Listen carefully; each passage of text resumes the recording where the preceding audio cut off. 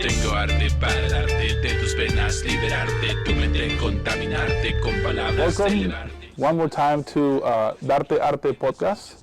This is one more episode, and today we have our guest, Samantha. Hello. Sammy. Hi. SAM, Selena's Art and Music. I love that. The SAM 831, your Insta handle. Welcome. We're here in beautiful Monterey today. It's nice. No one is behind the camera, so I hope the audio is doing good. But we're here. Welcome, Samantha. Thank you for having me. Of course. So let's start with the early beginnings of art. We want to get to know you here. What is one of your earliest memories of something that inspired you or pulled you towards art? Well, for me, I feel like it was my mom. She was always very artistic. Well, she is still very artistic and creative. And she always gave us opportunities to create at home. And that could be art making or baking or, you know, just whatever. Which is another art form. Yeah. I eat as an art form, so.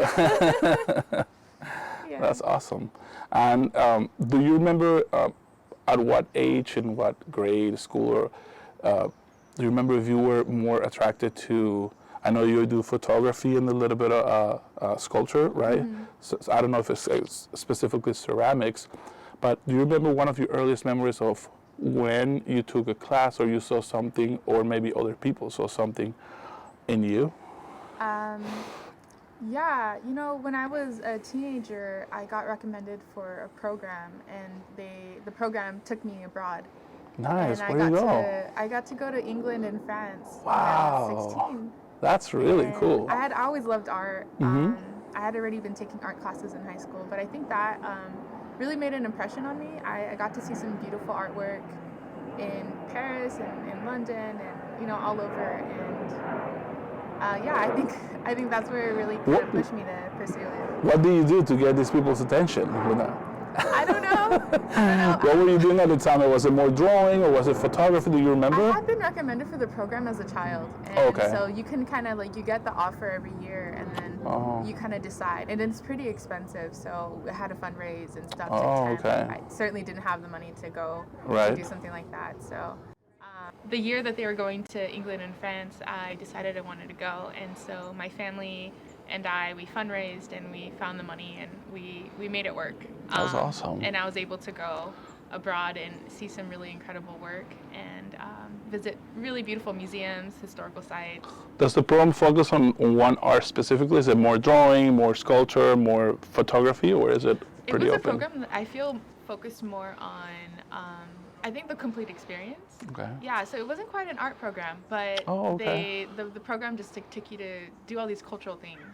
Right? Oh, and I I think see. being in England and in France, like those are the main cultural things, right? Yeah, of course, yeah. Yeah. A lot of history there. That's awesome. How long do you go for? I was there for almost a month. Wow, those are nice vacations when you're 16, right? Yeah. I went so and rich. I didn't know anyone. There was a whole group of us, and they're from all over the area. And I left for a month. I didn't know anybody, and I went, you know, across the world by myself. But it was great, and I learned a lot, and I really enjoyed it. How do your parents take it? Were they like a little like, oh my God, you're gonna leave for a month? You're 16. Had you done anything? No. Nearly Nothing like just that. overnights with friends, probably some sleepovers. Yeah, it was really hard. I left on my mom's birthday. I remember that, and that was really, really hard for the both of us. And my dad was just, you know, very nervous, but you know, I was gonna go. So. That's the time that you're like, okay, people like recognize my art. Is that when you make the decision to like try to make it a career? You start planning on a career path, or not yet? No. I was just going to school. I was just focused on graduating. After I graduated, you know, I went to college for a little while, but I don't think I had the confidence to pursue a career in art. And I know that, you know, a lot of people do, and that's wonderful. But I think it's hard, especially in the Latino community. I was gonna say, you think you had a cultural. Yeah, culturally it's hard. It doesn't seem like people don't really believe in art, you know, and it's hard to convince, especially your parents, that you're serious about something and that you believe that you can make a decent living from this. Your mother is an artist, or she loves art. Yeah, she's a teacher, but she's she loves a teacher. art. Okay. Yeah, she's very creative. And it wasn't so much from her. I think it was more from my dad. What does he do? Can we know? Yeah, he works at a school as well. Oh, okay. All right. So my dad is an artist, so I never had no limits on what I wanted to be because he was an artist, and he always had weird, difficult jobs that he never liked because he was an artist. Yeah.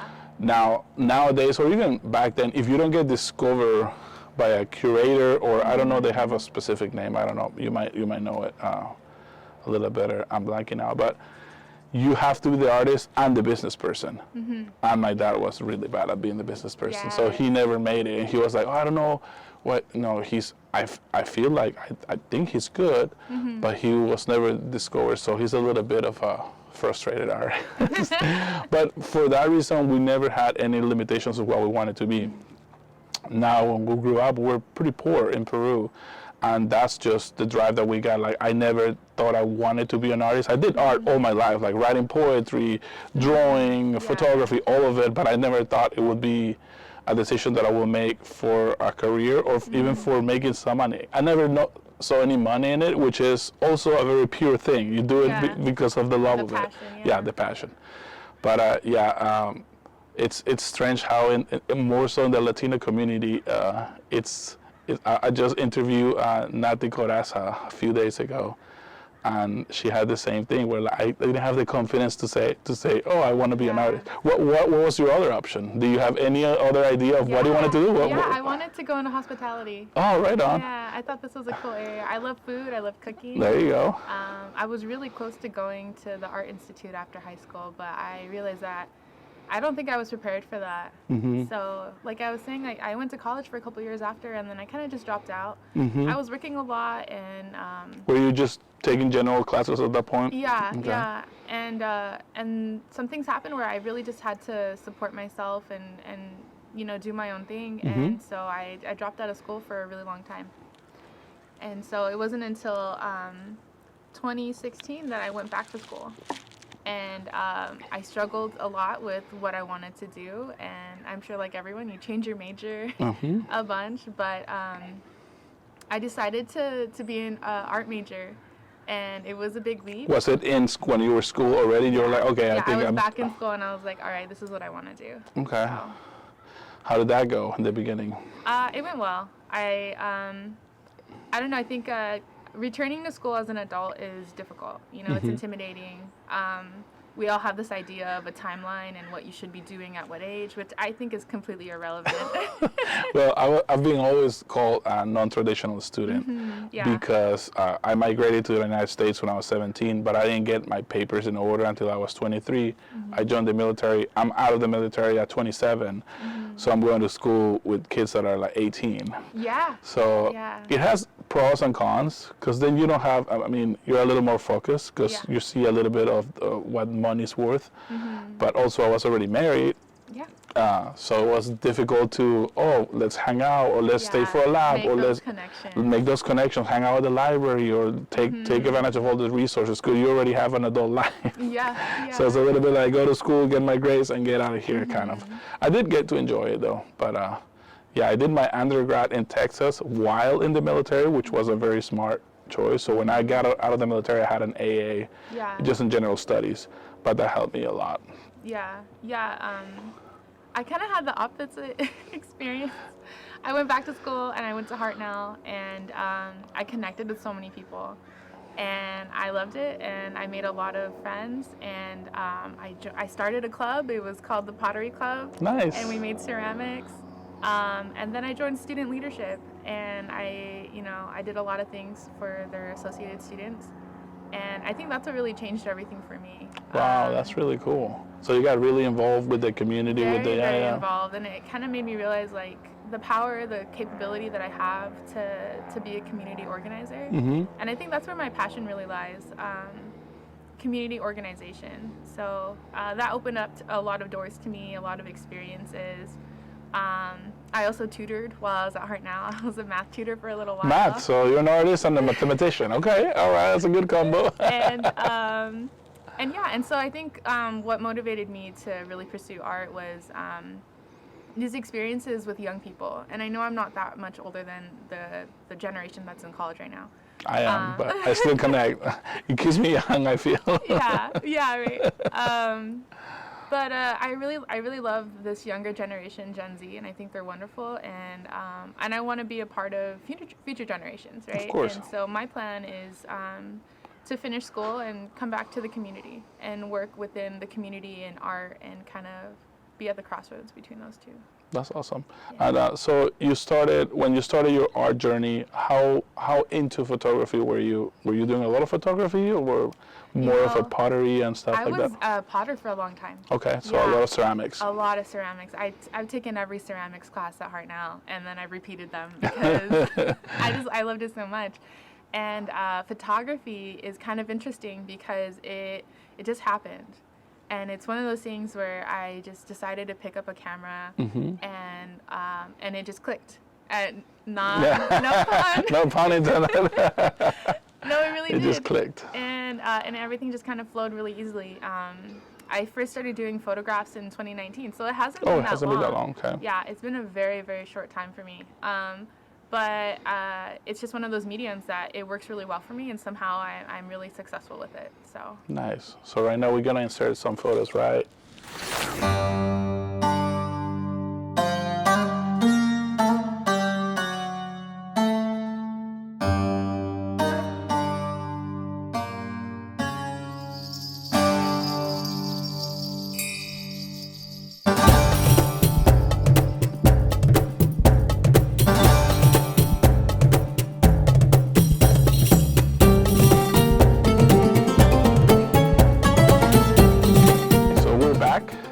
And that was some art from Samantha. Tell me a little bit about this idea that I love that you use your name to be Selena's Art and Music. How that came about? Well, you know, we love Joey. Shout out to Joey. Joey. Everything starts with him, doesn't it? Right? Yeah. So I had met Joey, and we had started doing events at the Bearded Bean, and this was before the pandemic. Oh. So now they have the best open mic night every Friday. But a couple years ago, it was me and Joey trying to plan it. I think it was like every other Wednesday. Oh, didn't know. Okay. And so we had been doing these events, and I wanted to get more involved in the community. And so I started Instagram, and it stands for Selena's Arts and Music. It's supposed to just be dedicated to local art, local events, anything art related, and community oriented. Yeah. Nice. So you can share some of my music in there? Yes. Yes. I was trying to get a shout out if I can. Definitely. I'll send you some decent release. Not too strong, not too raw, but something. Art is art. I still struggle with that sometimes. I'm like, man, I'm writing this line. I want this to be the punchline, and then I'm trying to look. Okay, this is a good venue for this. Like I overthink things. I'm like, man. Yeah. I do feel that when they hire me for a concert and it's like an afternoon at a pub, I don't want to come out with a song that has a I don't want to come out with a song that has a very strong political statement, you know, like. Yeah. So sometimes I try to read the room, but I believe the same as you. Like art is art. I just feel a little self-confident when I'm being hired to, oh, can you play Good Vibes Reggae? And I don't want to be like, oh, fuck you. You know, I'm Latino and you took, the power from us. And I feel that way, but not all the time. So I try to get inspired or get gauged or get my rage out in different venues. So. The right venue, the right audience. Yes. Okay, hopefully that's it. Well, we're here in Monterey, and there's a lot of airplanes. Hopefully the lavaliers are helping a little bit. So I want to know, we started with the photography, right? You started in 2019. Yeah. And I want to congratulate you, like the Monterey County Arts. The Arts Council from Monterey. Arts Council from Monterey County. You're one of the grantees. Yeah, you just got a grant recipient of the LEAP, right? The LEAP. Yes, the LEAP grant. Local Emerging Artists Program. And this is for 2021, correct? I just got this in March. Nice.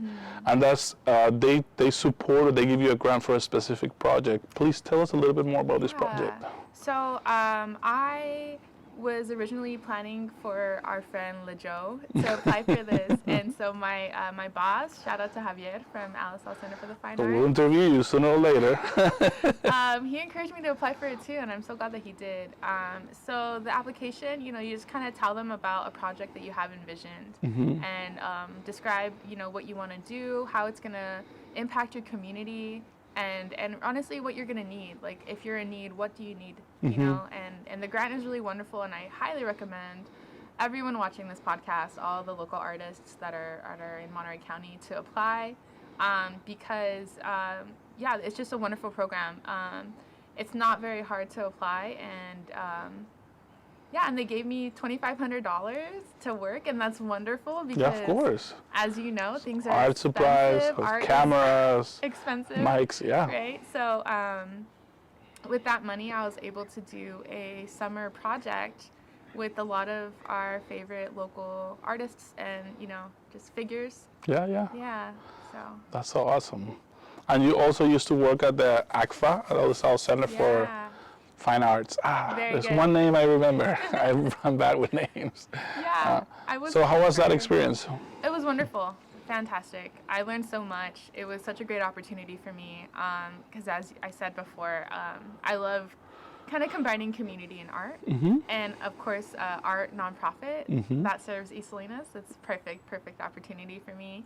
I started there as a service learner at CSUMB and actually at Hartnell too. What does that mean, service learner? Like so where you do your volunteer time. Volunteer, okay. Yeah, so it's usually tied to a class. Oh, cool. And so I was taking a museum studies class, and so I went to ACFA, and I helped them out with some virtual events last fall. Okay. And so we did Monterey County Gives and the Community Thrives, which are coming up again. Yeah, MC Gives is up and running. Yeah. And so we did that, and they liked what I did, and they gave me a job offer, and I took it. Nice. And it was really great, and I really enjoyed it. Yeah. That's really cool. Yeah, like you say, arts and community is so important too. I was talking to a friend last night, a new friend I met, that he'll be in the podcast soon. Is a guitar player, cultural studies teacher at CSUMB from Spain. But he was telling me how during the pandemic they started shutting down a lot of arts classes that are not necessary because they don't make money, they don't contribute too much. Humanities and the arts, and they're so important. And then then people complain how we end with these generations that have no knowledge, no cultural diversity, no feelings. Because we, if what we do in school is business, that's what you're gonna get. See all these classes too. It changed the perspective for me too. I went to school for science. I'm a marine biologist, and then I did an associate's degree here at MPC for studio art and photography and filmmaking. I just taken those art classes. I had taken art classes when I was younger. I always did a couple of art classes, not because they were required, but they sounded fun to me. But when I came back to get a degree for art, it's such a different experience. Yes. Very different. It's a little intense. But yeah, I think art is so important. It makes you think in a different way. And I think when it comes to science and technology, art is so important, and people don't realize it. It's usually the least funded department of any college or any school or district. That's a problem. And our generation can solve it, maybe, hopefully. Right? I mean, that's why we're here, being artists in the community. Yeah. Showing people that it can be done, right? Being proof of that. Yeah. That's awesome. Like I was saying, art, it makes you think differently. It does. It makes you think outside the box, which is wonderful if you're problem solving, right? So if you're innovating, you're trying to solve something. I think art is such an integral element of that, and it's sad that, it's not supported. But through organizations and community efforts, hopefully we can bring that back. And I see that happening. Yeah, I see it too. Younger thinking, teachers with creative ideas too. Science is everywhere, but so is art. I think they go hand with hand, is there anything else you would like to share with us, Samantha, Sammy? Did you get to finish your project with the photography? Yes. I did. Yeah, I feel like I finished it. Okay. I took quite a few photos, and it was really great. I had a great time. But what I'm working on right now is my capstone. So it's like the final project for my major at CSUMB. And you're gonna see, we didn't say that, but you're going to CSUMB. Yeah. Okay, right. Yeah, I'm a visual and public art major at CSUMB. Vision? Yeah, it's called VPA, so Visual and Public Art. Visual. Oh, wow. Yeah. Okay. It's an interesting name. Yeah, it sounds, I've never heard it before, so that's cool. Yeah. And you do your capstone, yeah. Yeah, so I'm doing my capstone. What is that? Can you reveal what you're working on? Of course, yeah. So a capstone is essentially a big final project that all seniors work on. And for the art department, for my department, we take the whole last year. It's the whole last year. First semester we plan it all, and the second semester we execute it. And so there's quite a few very talented people within my cohort, and I highly recommend everyone to check them out. Okay. And how you can do that? You can tell them that they can come in the podcast for Darte Arte podcast. That would be wonderful. Don't be intimidated by it if they don't speak Spanish. I do Spanish or English. It doesn't matter. See, everybody's welcome in Darte Arte podcast. Yeah, so there's quite a few students, and every year at the end of the semester in May, we do our own exhibition. Oh, cool. And it's really cool. So we usually do maybe 2 or 3 art galleries on campus at CSUMB. And so what I'm working on is another photo series. Okay, cool. But as you said before, I really enjoy sculpture, so there's going to be a sculptural element to it as well. That's really that's really creative. I haven't seen that before. I'm not gonna say you're the first one on doing it, but you do the sculptures and then you incorporated them with your model. Like use them as a prop. Yeah, yeah. That's very interesting. That changed my photography life here. I always like nature and landscapes, right? Animals. I'm a scientist, so I was like, I'm gonna do my photography with animals only. Then I took a class here, and the professor, shout out to. What's his first name? His last name is Metler, but he changed my life on thinking because he was like, okay, for this semester, the first assignment, you need to use a prop. And he brought a box of things. And I was like, oh no. I was like, this has nothing to do with nature. These are all man-made. These are ruining. I was like, I'm always worried about people, pollution in my shoots. I was like, there's a building, there's a car, there's an airplane. So I'm always like afraid of this stuff. And that like forced me to do it. And I got, so inspired. Yeah. I went a little weird and strong my photography, but I changed I want to do my nature stuff, but I also want to do this type of in-your-face, strong photography. Yeah. And I grabbed the props and I worked on my Western scholarship out of that, and I won. That's wonderful. I won first place. It was inspired by him. I got the first place for social commentary. Wow. So my project was called Beautiful Destruction, and I think they gave me like $2,000 too for winning.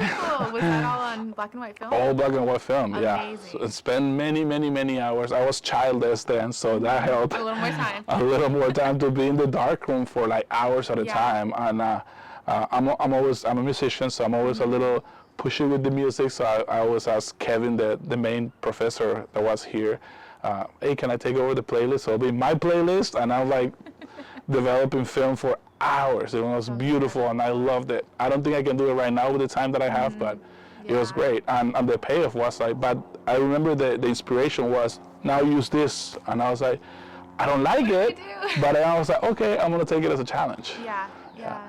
That's awesome. So I'm sorry, I diverted, but so you create your own prop basically, right? Yeah. So I like to use a lot of found objects. I love sustainability and accessibility. And, art's expensive, like we said several times. So I usually go to thrifted shops and stuff to incorporate that in.